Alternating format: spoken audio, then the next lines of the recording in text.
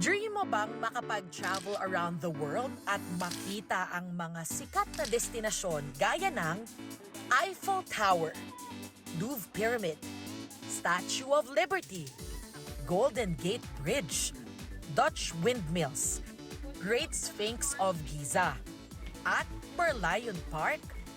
Di na kailangan ng plane ticket dahil sa 2 oras na biyahe mula Metro Manila, para ka nang nagpunta sa France, USA, Egypt, the Netherlands at Singapore. Lahat ng replika ng tourist attractions na yan nasa isang resort sa Barangay Tigbe sa Norzagaray, Bulacan. Para ka ng ibang bansa in one place lang. Stress reliever kasi ang fresh ng air, then at the same time nakakatulong to para mag-relax. May playground at obstacle course din para sa mga bata. Sakto din sa mainit na panahon. May swimming pool na may slide.